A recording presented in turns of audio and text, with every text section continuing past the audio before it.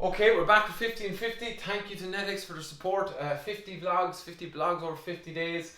Today I'm going to talk about signals for success, calf signals. I'm going to go out and farm in about 2 seconds to show you that, a rare farm video, and then we'll come back onto the whiteboard again. So what is calf signals? Let's find out. Okay, so very simple one, calf signals. When we go into a group of calves or any animals, if we know what the normal is, the better chance we have of picking up the abnormal.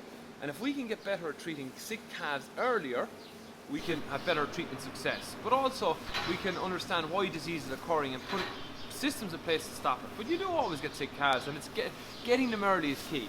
So if we look at calf signals, what are the simple things? If you start at the tip of the nose in a group like this, right, working back to the tails. The nose is, the nostrils like the gateway into the lungs. Any discharges there, like purulent discharges, can indicate infection. If you look at the ears and eyes, the ears should be up, eyes should be bright. If you look at the coat, it shouldn't be tight.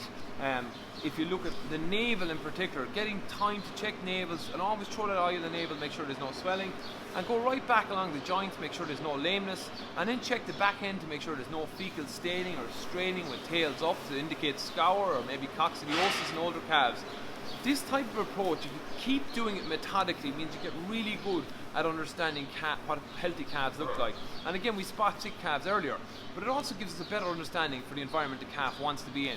The calf spends 85 to 90% of their time lying down, so if we can have the environment, like the straw that I'm in here now, warm and dry, that helps the calf be more comfortable when it's lying down. If we watch calves, are they huddling together?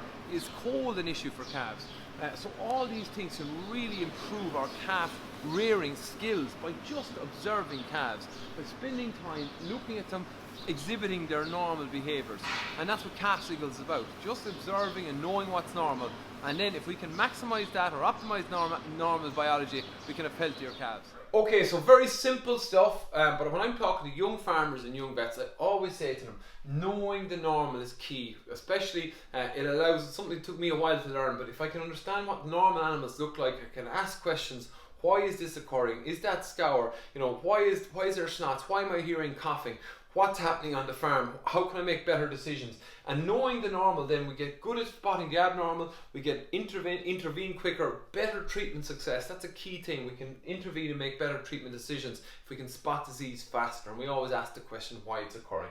So if we're looking at animals and spending time and looking at the normal, my thought for today is a little bit of self-awareness. Now, I'm a very flawed human being, don't worry. I have lots of challenges, but what I do from time to time is spend that bit of time thinking about, okay, that self-awareness piece is, you know, what is troubling me, what's challenging me, how can I make myself a little bit better? Doesn't always work, but it's worth doing. Spending a bit of time, stepping back and looking at yourself and seeing how we can make things a little bit better.